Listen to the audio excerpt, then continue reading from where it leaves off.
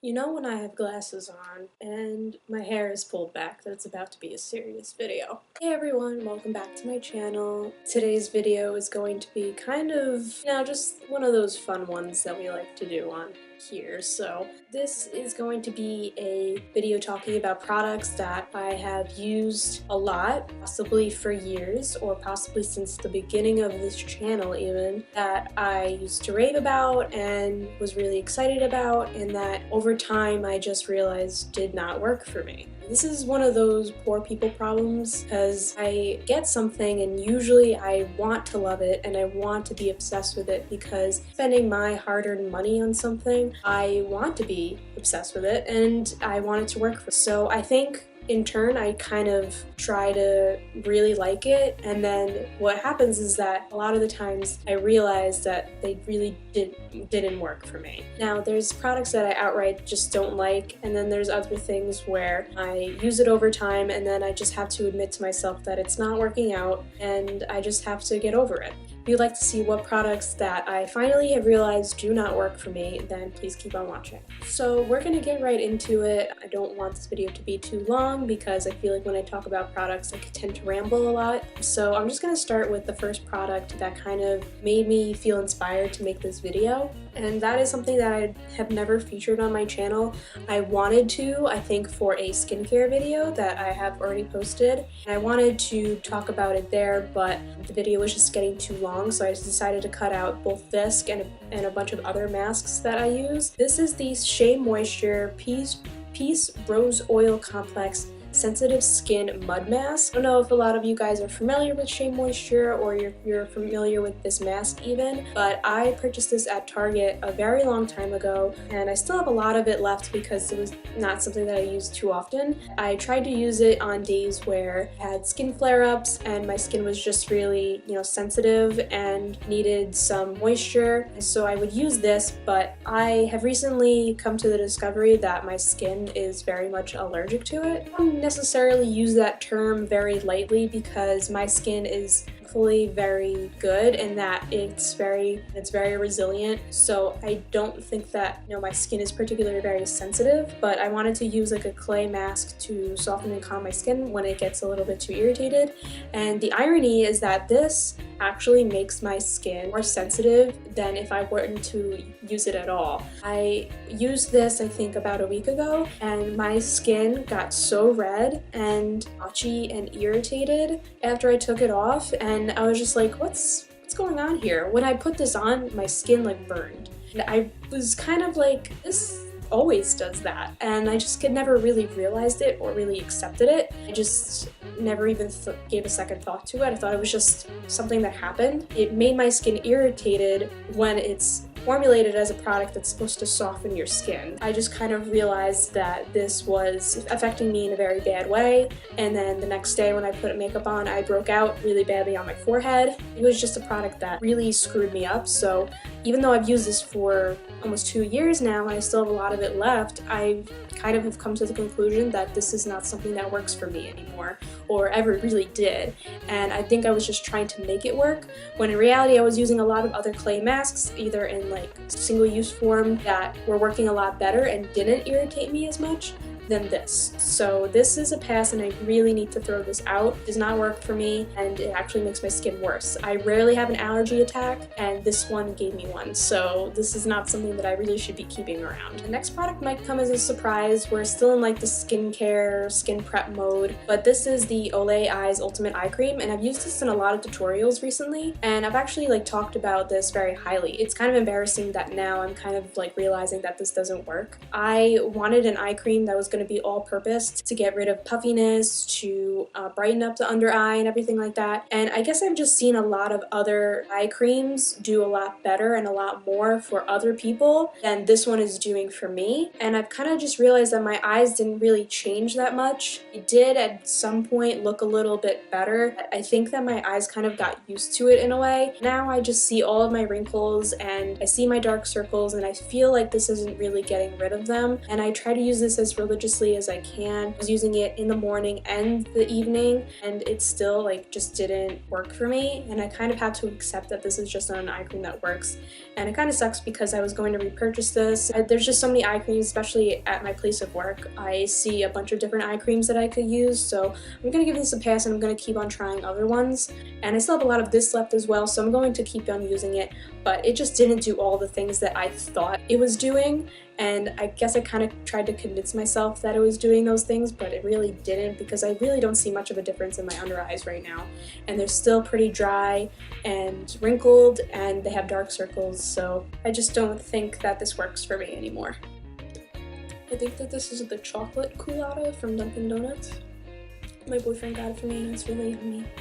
Okay, moving on to actual makeup. It's kind of like a facial spray slash setting spray, and this is getting a lot of flack recently. This is the Mario Badescu Rose Water Spray. I also raved about this and actually use it as a part of my skincare. I have to say that this is probably not the best thing to use. It doesn't even have rose water in it, and it's not really that good. I've seen people talk about getting breakouts from this. You know, it's just one of those things where it's like you think that it's working, but if you see it doing bad things for other people, you should kind of accept that it's not a product that you should be using yourself. I haven't seen anything bad come out of it, but the fact that so many people have had issues with it, and that there's also a lawsuit against this brand for a product that is advertised with one product in it and doesn't actually have it in there, I think that this is something that I should stop using and stop promoting on my channel. And in reality, this wasn't even something that was, you know, a necessary step in my routines. Like, I barely use this for prepping my face. I barely use this for skincare at all. It was just kind of there, and I would use it because people always talked about it. And it was one of those raved about products that I find that isn't really that important anymore in my life, so I don't really mind not using this anymore. I am almost down to the end, so I'm just going to keep using it until it runs out, and I'm just going to toss it.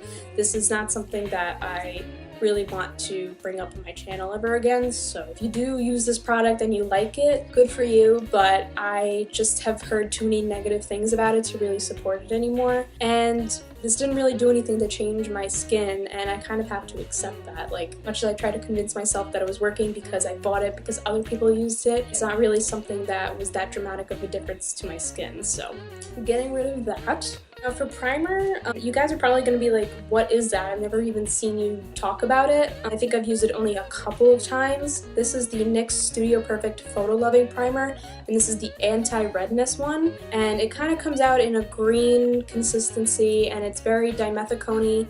It goes right into the pores and blurs them and whatnot, and it's also supposed to help with redness. Now, it's not necessarily a bad primer when it comes to doing the, you know, filling in pores and fine lines and stuff like that and creating a smooth base, but this doesn't really get rid of the redness. And I think I was convincing myself that it was because it helped a little bit, but at the end of the day, it's not really doing that much of a dramatic difference to my skin as far as my redness goes. Plus, I just find that I could cover up a lot of my redness with the foundations that I use and the concealers that I use. It's not really necessary to have a product like this, especially if it's not going to do that much. But, you know, it's just so funny how I tried to convince myself that it was working and that I was getting rid of my redness when it really just didn't. And it was really just my other products that I was putting on top of it that really helped with everything. The thing is that this comes out green. When you blend it out, the tint disappears. So I don't know why they have tone adjusting primers out there that kind of fade into like zero color. This is doing something physically to the redness as far as covering it or helping to soothe the skin and soothe the redness, then I could accept it, but this isn't doing that, and it's also not covering it up either. I kind of have to accept that it's not working for me anymore, and I have a lot of it left, so I'm going to try to use it as often as I can, but I just have like staple primers in my routine that I love and I'm obsessed with that I really shouldn't have to use this, but because there's so much of it, it's just like I kind of have to, I guess. So I'm gonna try to use this in my everyday life just to make sure that I'm not wasting it. I have to accept it doesn't work for me anymore. Next up is a product that I think I mentioned once or twice, and I have used in a lot of Instagram pictures and stuff like that as one of the products. This is the Anastasia Beverly Hills Cream Contour Kit in the shade Hair. I've used this like a lot. Like you could see I've used it a lot, and I was talking about this in a previous video, or when I actually like first bought it, that I really liked it because of the tones in the palette and because of how well they blended and everything like that. I don't know what I was on, quite frankly, because this does not blend out that well. Creamy white shades, I've tried to use them on the under eyes recently, and they completely caked up, made my face very cakey. And then when I use the contouring parts, they don't blend out, and when they do, they take off all the makeup that's on underneath. And I think there was a couple of videos where I was using this like underneath my makeup to kind of create that like natural effect, but that wasn't working either. And when I would blend this out, it would just get everywhere, or it wouldn't blend at all, and it would just stay in one place. So I really just don't know why I ever convinced myself that this worked, because it doesn't. And even though it blends okay and I can get away with it if I use it in small doses, these top colors, no, I cannot use them at all in any capacity. These ones like are okay. I tried to say that this was going to work because I needed cream contours. I wanted them so badly. By the way, if you want to know how to get this makeup look, then stay tuned to my channel. This is going to be like a prom look, and I know I'm covering it all up, but you guys will see how it looks in a future video, so stay tuned for that. But yeah, I don't know why I always try to convince myself, especially if it's a higher end product, because this was about $40, these perform well when they really don't. I don't have to kiss anyone's ass, so, you know, I'm just gonna have to find other products that work better and where I don't have to buy 6 shades of something that is just different colors of mud, you know? I don't have to do that. Next, which is kind of random because I don't think I featured these on my channel too much either. These are the NYX matte lip creams, and I only have 3 of them, so I thought I'd just show them all. And these kind of don't work for me anymore in that they're all like dried out, and I don't know, I just don't know what happened. Like when I got these, like they've looked so good, and then it was like almost like the second time that I went to go and apply them, it was either the product ran out or it dried out or something happened, because the consistency and texture and formula just changed. It just looked so bad, and I've used this in a couple of videos. I never raved about them, I never did a full-blown review on them. This color, Istanbul in particular, really doesn't work for me. It's a really bright pink. I'll just show you guys, like, this is the most pigmented one that I have right now, and it's just like the pinkest of pinks, like bubblegum pink. So I rarely use this color, but that was the only one that actually like survived the test of time. These other 2 colors are like so pretty, but they just don't have any color payoff anymore. Like you could see that it's all patchy and it's runny and it's not performing as well. This is the shade Stockholm, and then this is the shade Abu Dhabi. This one is like the most dried out, and it's just completely patchy and it's like fading away. I don't know what it is, but because it's like kind of dried out and kind of running it low, it like needs like 3 coats to really like get the pigment there, which is bad in my case because these products dried out. So it takes forever to really just get a solid opaque lip, and it just doesn't glide on the lip line properly either. And I don't know, I just like, I heard so many people like rave about these and how easy but like a matte formula they were to work with. They were like a comfortable matte. Like these just did not do what I felt that they were going to do, and they wound up being kind of like a throwaway product for me that I barely use anymore. I think just like the applicator and plus the packaging, it's like such a small amount of product too.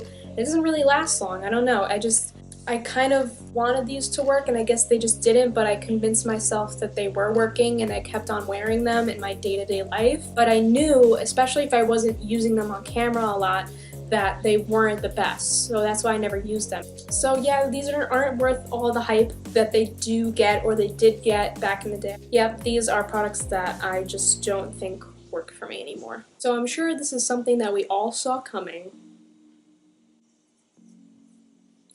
Just kidding. I think that did literally nothing to alleviate any of the confusion. But this is the Modern Renaissance palette from Anastasia Beverly Hills.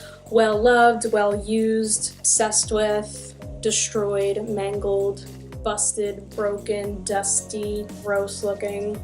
This is the end-all be-all palette for me. The end-all being that it is heavily expired and the consistency of the shadows is completely gone. This was such a pigmented, easy to blend, fabulous palette, had such richness and quality. It was so good. but now it's kind of at that point where it's really just dead. The colors don't really blend the way that they used to. They kind of neutralized out and kind of faded, and they're really patchy and powdery now. I was using this a couple of looks recently, and I just found that it wasn't performing the way that I remembered it performing. And not only that, but it's just so out of date, kind of over it, and a lot of the colors are very similar to what you get in the Soft Glam palette, so that is something that I'm going to be using a lot more than this. I think this has run its course. Even like these transitions, which I was obsessed with, they aren't blending out the way that I remember them blending out, and I just have so many other colors that I could use in spite of them from either the Jaclyn Hill palette or the Soft Glam palette or even Subculture in a way. Yeah, so this one is just completely done. And I got a little bit more than 6 months out of this, but I know that the Subculture palette is probably on its way out too. You know, this had a great ride, and I didn't hit pan on a lot of the shadows. It was a palette that was well loved and well used, and I did a lot of really great looks with, and I will continue to try to do, but it's just something that doesn't work for me anymore. And even though I still love it, and it's not one of the products like the other ones that I showed that, you know, just I hate, this is still something that I love, that I have to accept isn't working for me anymore, and I have to kind of give a break. So yeah, that's my last product. So guys, that is the end of this video. All of the products, or at least most of the products that I have accepted that don't work for me anymore. There's still a couple of products that I still use on my channel and will continue to use that maybe I don't feel the same way about them that I used to, and I could talk about in a future video. But this was kind of just like me realizing like how much makeup I'm actually not obsessed with anymore, and I just wanted to give that kind of guide to you guys and let you guys know what's going on in my makeup collection. If you guys have any products that you kind of realize that don't work for you anymore, then please let me know in the comments. And if you did like this video, please give it a thumbs up, and also subscribe to my channel if you haven't already, and hit that notification bell if you are already subscribed so that you know when I'm putting out a video. Uploads are here and there. I don't really have a set schedule, so it is important to do that just to make sure that I don't get lost in your subscription feed. Also follow me on all my social media accounts. They are linked below, and also they will be at the end of the video if you're not sure, but most of my things are at J Murphy Beauty. I also have a Facebook page as well, and an Instagram, which I am both very active on, so it would mean a lot to me if you went to follow me on there. And yeah, I'll see you guys in the next one. Bye!